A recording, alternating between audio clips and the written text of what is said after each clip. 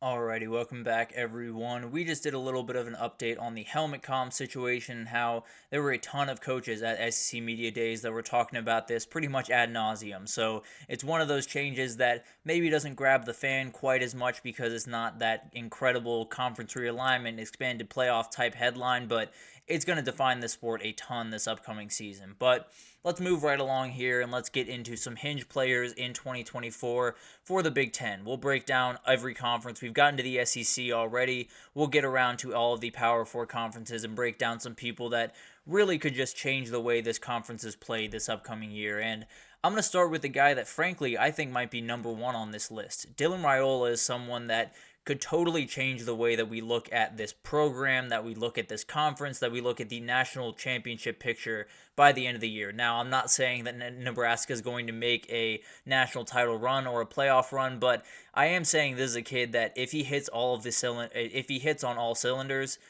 things get really interesting. I'll just put it that way. So I think this is a team that absolutely has a ton going for it. The defense is going to be absolutely incredible this year. Was number 11 in the country a year ago. I expect them to take another step forward, which is just going to be ridiculous to watch. But you also have a schedule that is pretty lenient. If you get through that Colorado game and you can win it, then that Ohio State game is the next one where I'm actually worried about them losing, which means they could walk into that game, I think 7 or 8-0, which would be just remarkable to watch and would be a very, very interesting spectacle. But the reality is, this kid's built like an NFL quarterback, the elite arm. He's a very, very smart player, does a lot of things on the football field that are just really remarkable. And the ceiling is through the roof. There's no two ways about that. So he's going to play good football. I actually feel pretty good about that. I don't necessarily think he's going to light the world on fire, and I think it's going to take him some time to get going, but I think he's one of those guys that just has enough tools to play at least B football. At least, get you the yards that you need, get you downfield, score, I don't know, 25, 28 points per game and kind of keep you in these battles.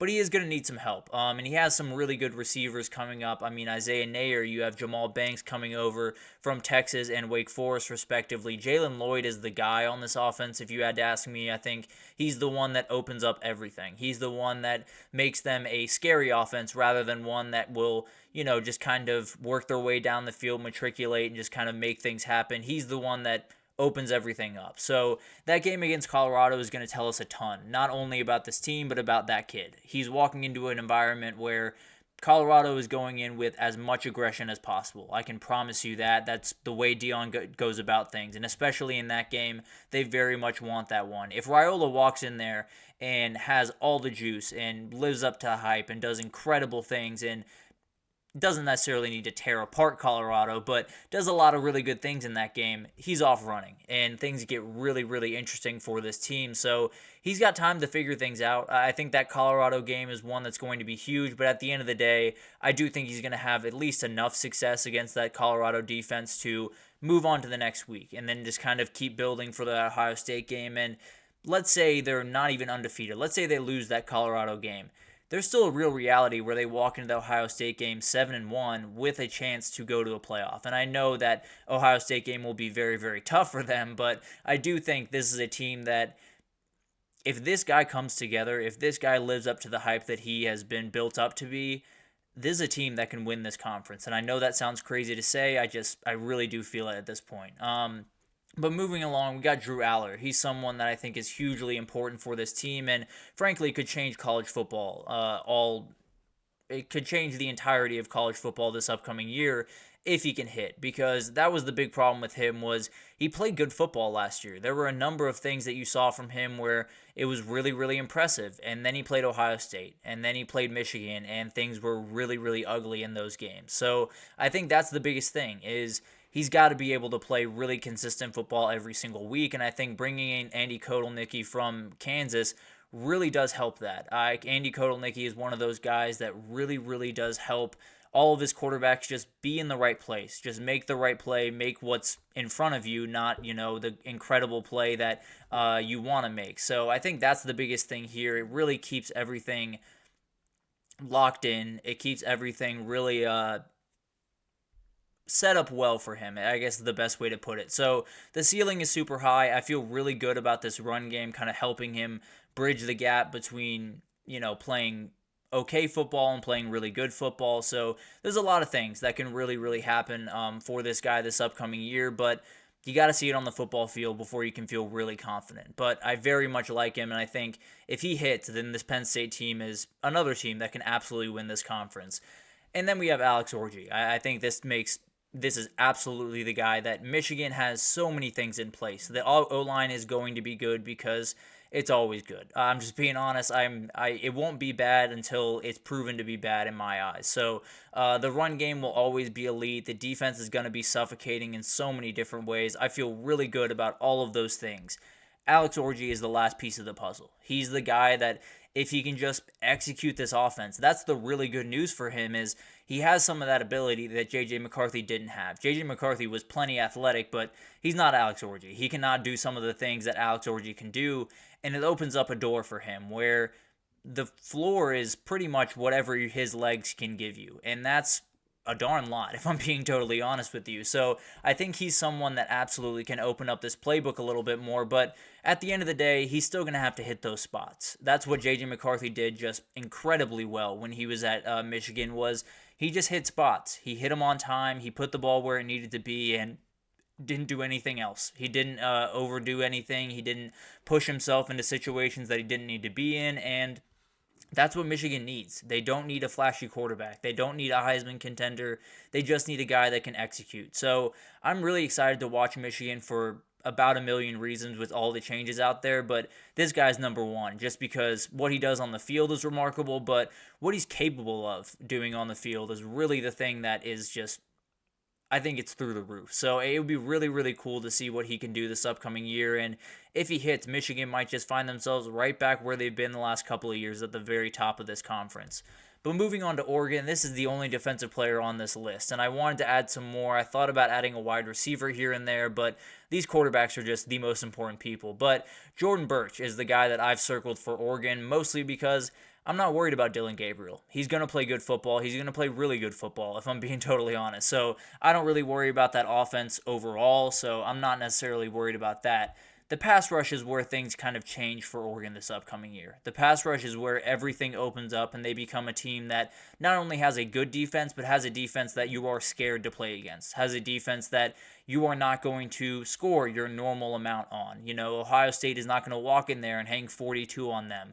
They're going to be closer to the 20s, and they're going to have to grind out a game. So that's kind of the biggest difference. And the good thing about him for this upcoming season, where through the first 2 years, he only had 6.5 sacks, so didn't necessarily hit the ceiling that you'd love for him to hit if you're Dan Lanning and company, but you have a guy across from him that I think is downright scary as well. I think Mateo Uiagalelei is going to be a monster, if I'm being totally honest, and all that does is really open a door for Jordan Burch to be in more one-on-one opportunities. And that's what he needs. He's a physical specimen. He's someone that can absolutely toss around offensive tackles. He just got to get him one-on-one. And if he can do that, then I think he could be an all Big Ten type player. He can definitely make a ton of noise this upcoming year. And if he does, this Michigan defense is going to be not only really hard to deal with, they might be downright impossible to deal with because they got the guys in the interior with Derek Harmon and bringing in Jamari Caldwell from the portal. They got some really good edge rushers that just need a little bit more production. So everything is in place for Oregon, but if they can get that pass rush going, they are officially not only a title contender, but maybe the title favorite, if I'm being totally honest. And then finally, the number one guy that can change this conference for the worse for a lot of people, Will Howard. If Will Howard hits, it's over, if I'm being totally honest. I don't mean to kind of dismiss the rest of the teams on this list, but if Will Howard plays 2022 level football, if he plays the way he played in that Big 12 championship that year, which was just absolutely remarkable, one of the best performances I've seen by a quarterback from the amount of grit he showed, it was incredible to watch. But at the end of the day, if he plays A-plus football, this team's not getting beat before the semis of the college football playoff. I really don't see another reality because that was the thing they missed a year ago was you would get maybe A- football 1 week and then you get C- football the next week from Kyle McCord.